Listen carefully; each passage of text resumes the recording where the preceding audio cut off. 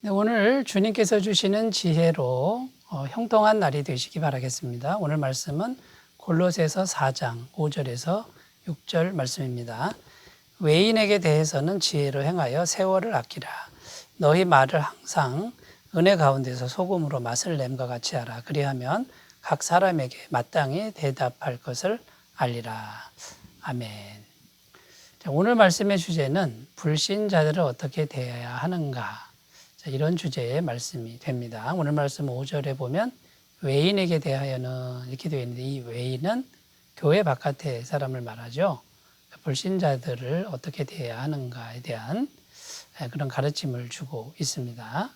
이 전체적인 주제는 뭐냐면, 우리 안에 그리스도의 성품, 또 하나님의 성품이 우리 안에 이제 열매 맺고 있는데, 그 성품을 실천할 때, 신앙의 도를 실천할 때 여러 종류의 사람들을 만나게 됩니다. 그런데 불신자들을 만났을 때는 우리가 어떻게 이 신앙의 도를 실천하는 것이 지혜로운 것이며 또 바람직한 것인가, 이런 주제가 되겠죠.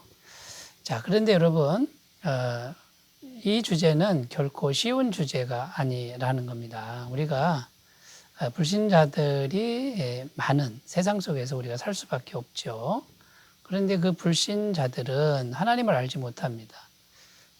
그러니까 죄악된 속에서 죄가 무엇인지도 모르고 계속해서 죄를 짓는 사람들, 그리고 그 죄가 역사하는 그 뒤에는 마귀가 있습니다. 마귀의 역사가 강력하게 일어나는 그런 사람들 속에서 신앙인이 이렇게 아름답고 거룩하게 신앙생활을 하는 것은 결코 만만치 않은 그런 싸움이라는 거죠. 그래서 성경은 증언하는데, 성도가 언제든지 경건하게 살려고 하면 할수록 세상은 박해를 가한다, 이런 말씀이 있죠. 디모데후서 3장 12절입니다. 무릇 그리스도 예수 안에서 경건하게 살고자 하는 자는 박해를 받으리라. 자, 이런 세상 속에서 불신자들을 만날 수밖에 없는데, 이런 불신자들을 우리가 어떻게 대해야 하는지를 하나씩 살펴보도록 하겠습니다. 자, 첫 번째는요, 지혜로 행하라, 지혜롭게 행하라, 이렇게 말씀하고 있습니다. 5절입니다. 외인에게 대해서는 지혜로 행하여 세월을 아끼라. 자, 불신자에 대해서 첫 번째 지혜로 행하라, 이렇게 이제 말씀하고 있는데, 자, 이런 지혜로 행할 때 떠오르는 말씀이 있습니다. 마태복음 10장 16절인데요. 보라, 내가 너희를 보냄이 양을 이리 가운데 보냄과 같도다. 그러므로 너희는 뱀같이 지혜롭고 비둘기같이 순결하라. 여기 보면 뱀같이 지혜롭고 비둘기같이 순결하라, 예수님이 하신 말씀이죠. 제자들을 세상에 복음 전파자로 보내시면서 너희는 양인데 이리들이 우글거리는 그 속으로 보낸 그런 마음이다. 그러니까 너희들은 뱀같이 지혜로워야 되고 비둘기같이 순결해야 된다. 이 두 가지를 유지하면서 복음을 전해야 된다. 이것을 말씀하신 것이죠. 여러분, 그러니까 세상 속에서 불신자들 앞에서 우리가 이런 지혜가 필요하다라는 겁니다. 뱀 같은 지혜와 비둘기 같은 순결함, 이 두 가지가 다 필요하다라는 거죠. 자, 첫 번째, 그렇다 그러면 거룩함이죠. 비둘기같이 순결한 그 거룩함을 유지하는 지혜, 이거는 어떻게 가능할까요? 금묵자옥이라는 말이 있습니다. 가까이 가면 물이 들게 마련이죠. 그러니까 세상 사람들에게 가까이 가면 세상 사람들로 이렇게 물이 들기 마련입니다. 자, 이런 것이 싫어서 아예 세상을 등지는 사람들도 역사상 많이 있었습니다. 예전에 쿰난 종파가 있었는데, 이 쿰난 종파가 사막으로 이제 옮겨간 사람들이죠. 세상과 섞이지 않으려고 거룩성을 유지하려고 옮긴 그런 종파가 실제로 있었습니다만, 이거는 바람직한 신앙의 모습은 아니라는 것입니다. 우리는 오히려 세상 속으로 들어가야 된다라는 거죠. 그러니까 세상 속으로 들어가는데 물이 들지 않아야 된다, 이제 이런 건데, 그러면 지혜가 필요하다. 그런데 여러분, 우리가 세상 사람들과 같이 가까이 가면 물이 드는데 물이 안 들려면 마음이 중요하죠. 마음에 복음의 능력이 살아있어야 된다라는 겁니다. 복음의 능력은 세상을 초월한 능력입니다. 그러니까 이제 세상에 대한 미련은 더 이상 없죠. 영원하지 않은 것은 의미가 없는 이것이 복음의 능력입니다. 그러니까 세상에 귀한 것이나 세상에 힘든 것 이것도 전부 지나가는 것이다라고 믿는 그 능력이 복음의 능력이죠. 세상은 일시적이고 허무하다는 걸 확실히 아는 능력. 그러니까 세상에 마음을 안 두게 되는 거고요. 그 다음에요. 영원한 세계에 대한 믿음으로 확실하게 무장되어 있는 게 복음의 능력이죠. 그래야 세상과 우리가 동화되지 않고 물들지 않는 이제 그런 사람들이 될 것입니다. 그러니까 거룩함을 유지하는 능력은 역시 복음의 능력이다. 이렇게 말할 수 있고요.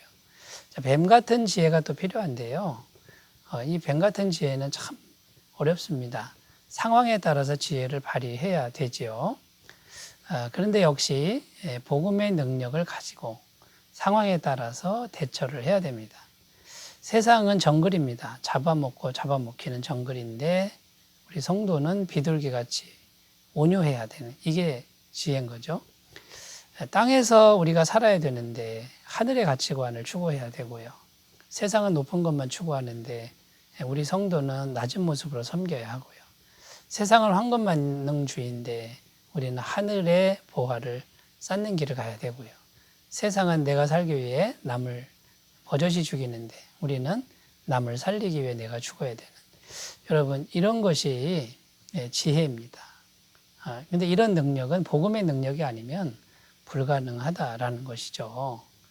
그러니까 여러분 무시무시한 이리 같은 불신자들 속에 그 뒤에 마귀의 영이 있는 그 속에서도 우리는 복음으로 무장하고 들어가면 이길 수 있다. 이것이 참된 지혜다라고 말씀하는 것입니다. 자, 두 번째로 가보겠습니다. 두 번째는요, 세월을 아끼라 이렇게 말씀하고 있습니다. 외인에 대하여는 지혜로 행하여 세월을 아끼라.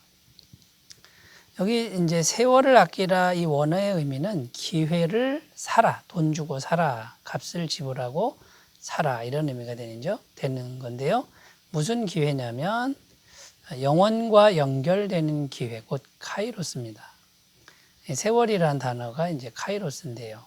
이걸 값주고 사라는 거죠. 영원과 연결되는 건 역시 복음이죠. 복음 전할 기회를 값을 지불하고 사라 이런 의미가 되는 겁니다. 그러니까 복음 전하는 게 영원과 연결되는 건데 그 영원과 연결되기 위해서 대가를 지불하면서 기회를 포착하는 걸 말합니다. 그러니까 불신자들과 어울려야 되죠. 말도 해야 되고 시간도 같이 보내야 됩니다. 이게 값을 지불하는 거죠. 돈도 들고 시간도 들고 물질도 듭니다. 에너지도 듭니다. 그러나 그 와중에서 복음 전할 기회를 포착하는 겁니다. 이것이 세월을 아끼는 건데요. 근데 여러분 그러면 계속 불신자들을 무조건 따라다녀야 되느냐? 이제 그런 의미가 아닙니다. 세월을 아끼라 여기에는요. 시간을 허송세월하지 마라. 허비하지 마라. 이런 의미도 있습니다. 그러니까 무조건 불신자에게 주도권을 내주고 따라다니는 것은 시간을 낭비하는 겁니다. 그렇게 하지 말고 어울리기는 하되 복음을 전할 기회를 잘 포착하라 이런 의미가 담겨 있는 겁니다. 그러니까 무작정 불신자들을 따라다니는 것은 잘못이다 라는 겁니다. 그러니까 여러분 이렇게 만나서 시간도 드리고 또 밥도 사주고 돈도 써야 되겠죠.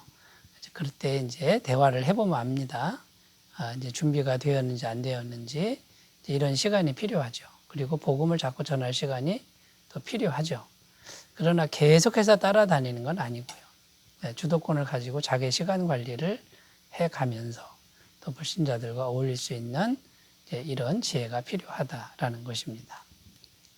이것이 세월을 아끼라에 담긴 의미가 되겠습니다.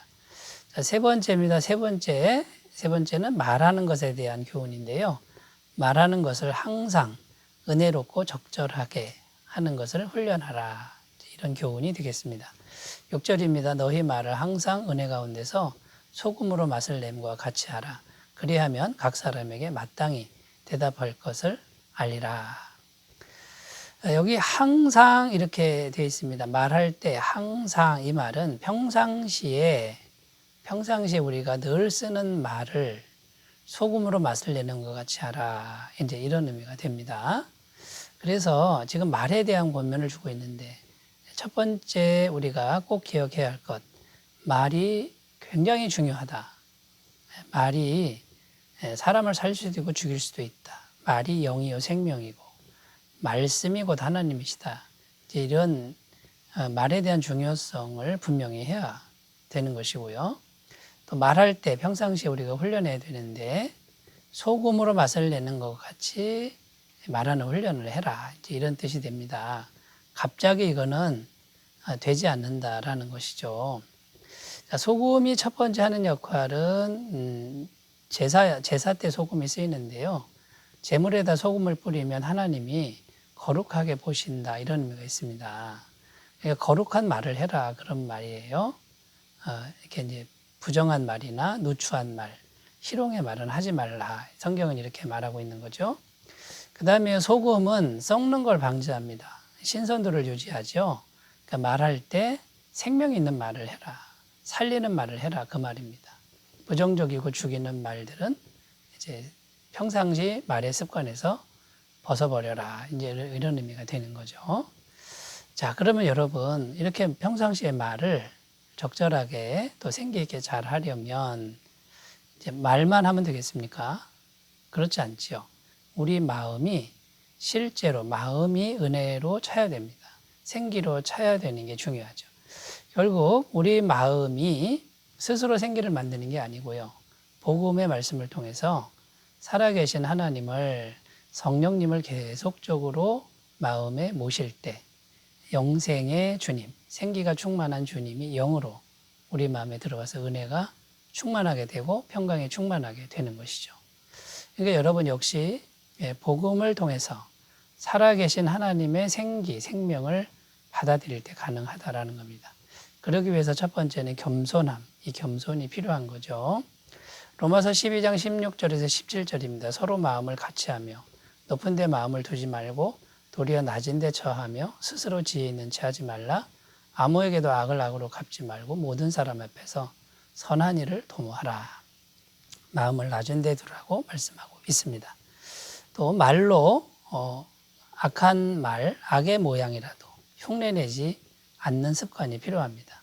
에베소서 4장 29절, 무릇 더러운 말은 너희 입 밖에도 내지 말고 오직 덕을 세우는 데 소용되는 대로 선한 말을 하여 듣는 자들에게 은혜를 끼치게 하라. 이렇게 말씀하고 있고요.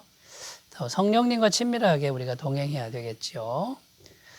성령님과 친밀하게 동행할 때 성령의 9가지 열매가 우리 마음에 맺히고요. 그럼 우리 마음은 생기와 희망으로 가득 차게 될 줄로 믿습니다. 마지막으로 성경 말씀을 묵상하는 겁니다. 여러분, 말씀을 묵상하면 말씀이 곧 하나님이고요. 말씀이 곧 생명입니다. 말씀이 우리에게 생기를 가져다 줍니다. 은혜를 가져다 줍니다. 여러분, 평상시에 마음 관리를 잘 하시기를 바라겠습니다. 기도합니다. 하나님 아버지, 우리가 세상 속에서 불신자들과 함께 삽니다. 비둘기같이 순결함과 뱀 같은 지혜가 필요하오니 성령님께서 순간순간 허락하여 주옵소서. 예수님의 이름으로 기도드립니다. 아멘. 주의 은혜 충만한 하루 되시기 바라겠습니다. 감사합니다.